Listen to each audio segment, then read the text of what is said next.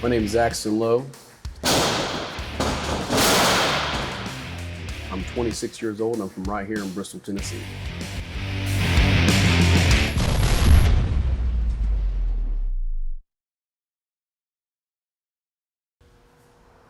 My grandfather was a wrestler, so was my father, and so I got into it that way. You know, being a generational wrestler is kind of easier, so just kind of worked up the ranks, trained with my father, and got into it that way.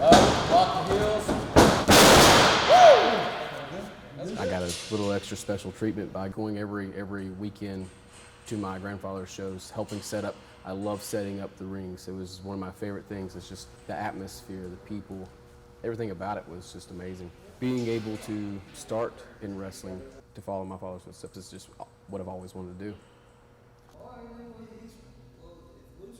I started training when I was probably around 8 years old. I mean, what I consider training is like hitting the ropes, learning how to hit the ropes. You're gonna hit the ropes like this. Into it, right back out to your left. Into it, right back out to your left, okay? Hitting the buckles, bumping around. Keep that spot. Watch, don't do it yet. Little bump. Still looking at that spot. That's what I consider training. So probably, like I was allowed to do that when I was 8. I was always around a ring. Starting my training was I was about 11 years old. My dad pulled the wrestling mats out, laid them on the ground, and that's how I started training. Was exactly how he did. At first, he was a little skeptical. He had seen how the wrestling business was, and he tried warning me, and I begged him and begged him and begged him just to let me do it. Nowadays, the support is still outstanding. He's just excited every time I'm telling him a new place I'm going or a new promotion I'm wrestling for. He's just overly excited. It's just I couldn't ask for a better support system than him. Keep going. The small world of the Tri-Cities, in East Tennessee, we have a saying around here: everybody and their brother is a wrestler. It is very difficult to get seen in this area. Like I said, I was very fortunate to be, born into the business. My dad helped me out a lot with that. My uncles ran wrestling shows. Actually, we're sitting in the arena for one of my uncles' wrestling show that will be taking place tomorrow. So it's, I still work with him and everything. So it's getting seen is the biggest thing on Instagram, just like anybody else. Trying to get TikTok famous or Instagram famous. It's the same aspect. You gotta have cool moves, and it's by word of mouth mostly. The biggest thing that has helped me is social media, is the actual clips. If it's possible, I like to do a box jump to the top of the ring, and then backflip off, with a little bit of a matrix, because I like Neo, where it's just a series of combination kicks. Currently, I'm on the roster for GCW, and the way I got seen from that is from IWTV, working for a wrestling promotion called On Point Wrestling, and that's kind of where we're at now. Being on the platform that is Game Changer Wrestling has boosted my street cred tremendously. So it is a process. I've been wrestling for 12 years now, so it's just now, the past year I was, getting to go to Canada, England. I debuted on AEW and also GCW. So, this year in itself has been the year of getting myself out there. The indie scene is amazing. Of course, the ultimate goal is to make it, is to be a professional wrestler, to have a contract, to make the big bucks. But the indie scene, if I can make all that money on the indie scene, I never go anywhere, because you're a free agent, do what you want, wrestle who you want. So it's pretty cool. Tomorrow night we have Imperial Pro Wrestling, and we have a absolute stacked card, and it's our free show that we do yearly for the church. Absolutely stacked. And we also have, AML Wrestling in the Carolinas that are just dominating the Carolinas. It is the best time to be a wrestling fan, because you can get it any time now. There's wrestling on Monday, Tuesday, Wednesday, Thursday, Friday, Saturday, Sunday. It's just so much of it. And if you're a diehard wrestling fan, it's the best time.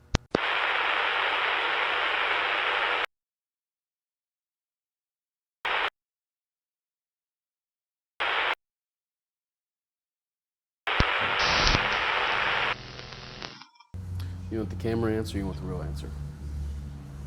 Give me the real answer. Sometimes I hate wrestling. There's not a whole lot that motivates me in this. If I have to say what motivates me is probably my dad.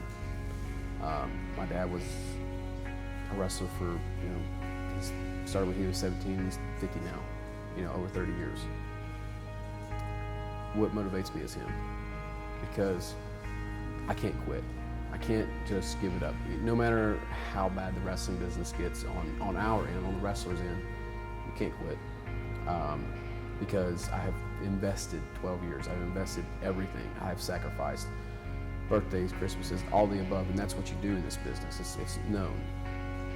So what motivates me right now is my dad, is knowing that I'm this close. This year has been amazing for me.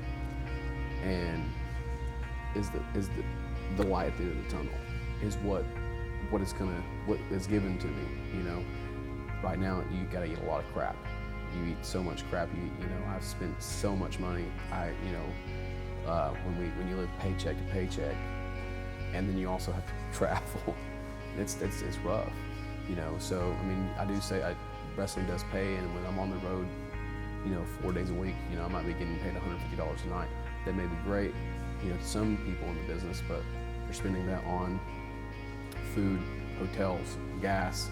And when Haley's with me, it's going to both of us, not just me, So it's definitely hard to be motivated in this business. I've gained, and just a little sappy story in there. I have gained some weight in wrestling. I was before the pandemic. I was at the peak of my physical condition, and I was known as that guy, with abs, but now I'm bigger.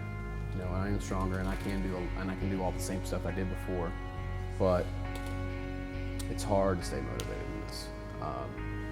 So if it wasn't for my dad, I probably wouldn't be in it. Not saying that I would never be in it, but I probably would be harder to be a professional wrestler. So there's the real answer. It goes into a lot. We had a kid come in today. You see the ring behind me. We were training, and he wanted to be a professional wrestler. I think we got some kids over here that want to be professional wrestlers. I'm getting ready to run them through it and see if they actually want to be professional wrestlers, because that's how I was trained. It's not. You hear was it Jim Ross would say, this isn't ballet. Ballet's hard, but this isn't ballet. It's definitely a grueling sport. Takes time, takes effort, takes the willingness to sacrifice. That's the biggest thing, is sacrifice. Some people are lucky, they go to a school and do a crash course, become professional wrestlers. Their trainers get them seen, and they're lucky that way. Not many of them have to spend too much time on an independent scene. If you're really wanting to get into this, come into it conditioned. I got a kid over here that I'm training, his name's Will. Loves this business to the end of the world. He'll do anything to be a professional wrestler. He lives in the gym. That's what you got to do. Not even I can say that. I do that. Just to be real, if you want to be a professional wrestler, you got to invest not just your time, but everybody else's time that's going to be in your life. That's going to be the hardest part, is investing your loved ones' loved ones' time. That's the hardest part. Because you see them, you see how it hurts them. So really think about it. If anybody's out there really want to be a professional wrestler, you gotta be crazy, really, really crazy to do this.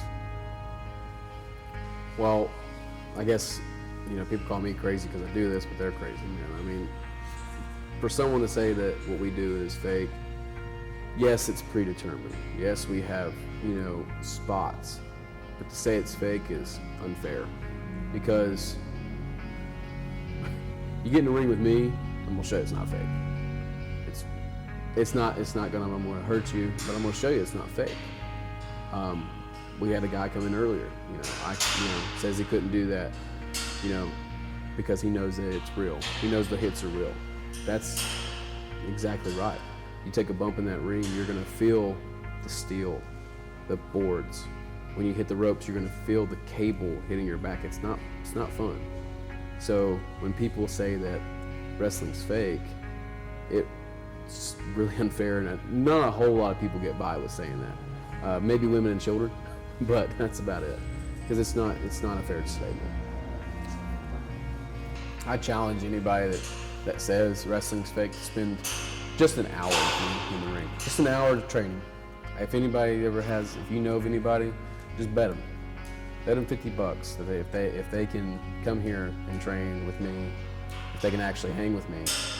I mean, I might even put in on that. So that's a challenge for any of those guys.